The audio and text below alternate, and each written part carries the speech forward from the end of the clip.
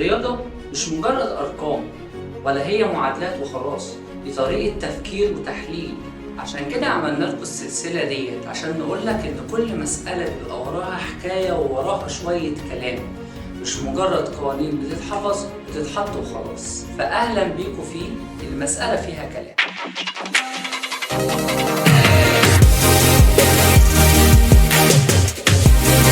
السلام عليكم ورحمة الله وبركاته، أهلا بكم في حلقة جديدة من حلقاتنا المسألة فيها كلام. النهاردة في ضيافة أستاذ محمد عباس كيلاني، موجه الرياضيات بإدارة بندر كفر الدوار، وعايزين نتناقش مع بعض في مسألة خفيفة عن تحديد نوع جذرين المعادلة والعلاقة بين جذور المعادلة. أهلا، ازيك يا أستاذ محمد؟ يا رب تكون معانا حاجة دسمة كده النهاردة. هو طبعا المسألة فيها كلام وكلام جميل. احنا بمناسبة اقتراب امتحان الأول اللي هو بتاع شهر أكتوبر درسنا جزء كبير في الجبر بالنسبة لأولى ثانوي، وهنراجع معظمه في المسألة اللي قدامنا اللي فيها كلام.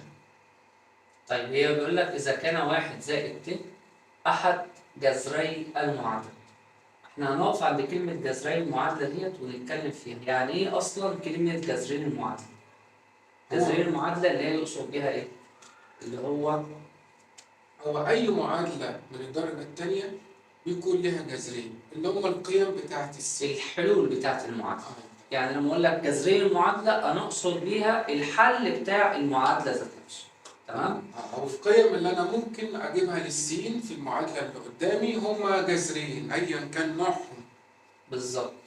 تمام. فأول بيقول لك إن 1 زائد ت ده جذر من جذرين المعادلة اللي هي بتقول س تربيع ناقص أ س زائد ب بتساوي صفر.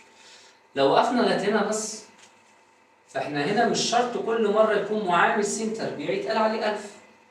تمام. ومش هو شرط معامل س تربيع ومعامل س وحد مطلق. يبقى فكرة إن أنا أثبت في دماغي إن ده أ ب ج، لا، هو على حسب الرمز اللي موجود معانا في المعادلة. احنا في مرونة برضك ما نبقاش تفكيرنا جامد. وطبعا المعادلة المعلوم يعني والثابت اللي احنا متفقين عليه إن المعاملات بتاعتها حقيقية.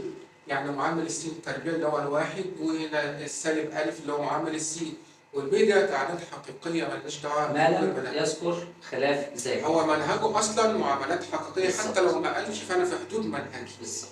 تمام. فهو عايز يعرف قيمة الألف ناقص قيمة الب ممكن تساوي كام من الأربع اختيارات. طيب هنبدأ بيها سبحان. احنا نبدأ بالكلام من المسألة فيها كده. طيب احنا عايزين نراجع على قد ما نقدر ونفيد الطلبة بتوعنا على قد ما نقدر. جميل. المعادلة ليها جذرين، فأنا أقدر أراجع مع نفسي كده إزاي كنت بحدد نوع الجذرين دول. بالظبط. كنا بنحدد نوع الجذرين بنجيب المميز اللي هو الجزء اللي تحت الجذر تحت الجذر في القانون العام. بالظبط. ممكن المميز اللي هو الب تربيع ناقص 4 ألف ج. طبعا الب هو معامل السين، والألف هو معامل السين تربيع، والجيم الحد المطلق. طب نكتبها بقى عشان الناس تبقى معانا. المميز اللي هو ب تربيع ناقص 4 ألف ج. أنا هحسب قيمته، فممكن أوصل لثلاث احتمالات. إما إن هذا المقدار يطلع لي ناتج موجب أكبر من الصفر يعني، أو يطلع لي صفر، أو يطلع لي ناتج سالب أصغر من الصفر. فإحنا لما كان بيطلع لي قيمة المميز موجب كنا بنقول إن نوع الجذرين هنا جذرين إيه؟ حقيقيين مختلفين. مظبوط كده؟ بالظبط. وإذا كان صفر لا حقيقيان متساويين. طب أنا هقول حاجة برضه هنا، إذا كان المميز أكبر من أو يساوي صفر، فكده شمل لي الحقيقيين المختلفين والحقيقيين. هو هنا ما حددش الحقيقيين وسكت. تمام. يبقى هياخد الأكبر من الصفر على أساس مختلفات، ويساوي الصفر على هو أساس منه متساوي. إذا أنا لما يقول لي إذا كان ب تربيع ناقص 4 ألف ج أكبر من أو يساوي الصفر، فأنت في حدود الأعداد الحقيقية. بالظبط. يبقى الجذرين الحقيقيين أيا كان. وإذا كان المميز طلع لي سالب، فكنا قلنا الجذران مركبان غير حقيقيين. وبالمناسبة لو طلع لي أو لو قال لي العلاقة اللي بين تربيع ناقص 4 ألف ج أصغر من أو يساوي صفر، يبقى تنفع يا إما حقيقيان متساويان يا إما غير حقيقيان وفي الحالتين هما مترافقين. ده برضه طالما احنا بنقول المسألة فيها كلام.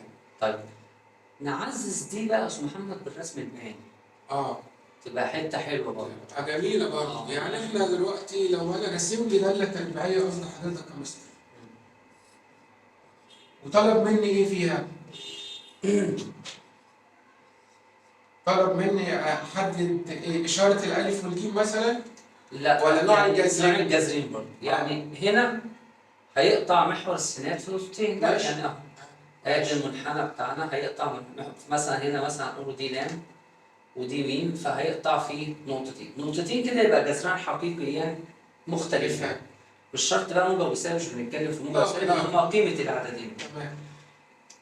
لكن لو المنحنى يمس محور السينات في نقطة يبقى معنى كده ان الجذران حقيقيان متساويان. طيب لو لم يمس محور السينات من الأصل يبقى جذران مركبان. فده مركبان غير حقيقي. فده التمثيل البياني للثلاث انواع الاساسيه اللي معانا. يعني احنا كده معانا بالتمثيل البياني وبالعلاقات عشان تربطهم كلهم في حاجه واحده. يعني هنا لو قال الشكل المقابل في هنا اذا كان المعادله ا س تربيع زائد ب س زائد ج يساوي صفر، فان ب تربيع ناقص 4 ا ج اكبر من الصفر. احسنت صح الله ينور. وهنا ب تربيع ناقص 4 ا ج تساوي صفر، وهنا ب تربيع ناقص 4 ا ج اصغر من الصفر. مظبوط. ده كلام رائع. كلام رائع. طيب ماشي. عشان ما نبعدش برضو اكتر، احنا بنستغل المساله اللي فكره السؤال عشان نتكلم نجيب على قد ما نقدر نراجع. طيب هو بقى بيقول لك عايز يعرف قيمه الالف، يعني عايز اعرف المعاملات بتاعت السين ومعاملات الحد او الحد المطلق في المعادله. طب انا عايز اقول قبل ما نوصل لده ان يعني قدرت احدد نوع الجذرين اهو كويس. افتكرت العلاقات اللي بحدد بقى نوع الجذرين. انا ممكن اجيب الجذرين نفسهم. بالظبط. تمام صح. ان انا ممكن اشتغل بالقانون العام او بالاله الحاسبه، مفيش مانع من الكلام ده. تمام. طيب المعادله برضو طالما موجوده قدامي اقدر احدد مجموع الجذرين وحاصل ضرب الجذرين. تمام. مجموع الجذرين كنا بنحدده من انهي؟ مثلا نجيب لك سبوره يبقى مجموع الجذرين. المعادله بتاعتنا كان بيقول لي اذا كان برضو واحد ذاتي، خلي السؤال قدام. ماشي. احد جذري المعادله س تربيع ناقص أ س زائد ب يساوي صفر. عايز يعرف قيمة الألف. فعايز يعرف أ ناقص ب بتساوي كام؟ وأعطيني الاختيار. خلينا هنقدر نحل. طب إحنا عايزين نجيب مجموع الجذرين وحاصل ضربهم. في علاقة بجيب منها مجموع الجذري اللي هي مجموع الجذرين كان بيساوي إيه؟ سالب معامل س على معامل س تربيع. مش هثبت بقى واقول سالب ب على مش هنقول بقى سالب معامل س على معامل س. ده سالب ب. سالب معامل س على معامل س تربيع. كويس جدا. طب انا قدامي في معادلتي كده يبقى مجموع الجذرين هنا بيساوي ايه؟ يساوي أ. يساوي أ. يبقى أ هي مجموع الجذرين. تمام. طيب مجموع الجذرين اذا كان احد الجذرين واحد زائد ت وده مركب غير حقيقي، فبالبداهه كده يبقى الجذر التالي هو المرافق له. اذا مجموع الجذرين هو الواحد زائد ت الجذر اللي عندي بالاضافه الى مرافقه الجذر الاخر واحد ناقص ت. ده مجموع الجذرين اللي هو الناتج بتاعهم هيدينا ألف. من خواص العددين المركبين ان مجموعهم دايما كان يدينا عدد حقيقي. ضعف الجزء الحقيقي او عدد حقيقي بس كام؟ ضعف الجزء الحقيقي. يعني واحد زائد لان الموجب بتاعي يروح مع السالب ت. اذا هنا الالف بتساوي ت. يبقى انا لو طالب مستوى متوسط ت موجبه ت سالبه مع السلامه واحد وواحد اتنين. بسيط. خلاص عشان مش بيقولوا علينا معقدين. لا هي الفكره برضه هنا مش معقدين، بس المهم ان انا كنت طالما ده مركب غير حقيقي ما ده مرافقه اجمع بقى بالاله، اجمع براحتك. عارف ان مجموع المترافقين بيدينا ضعف الجزء الحقيقي، ده كلام كويس. جميل.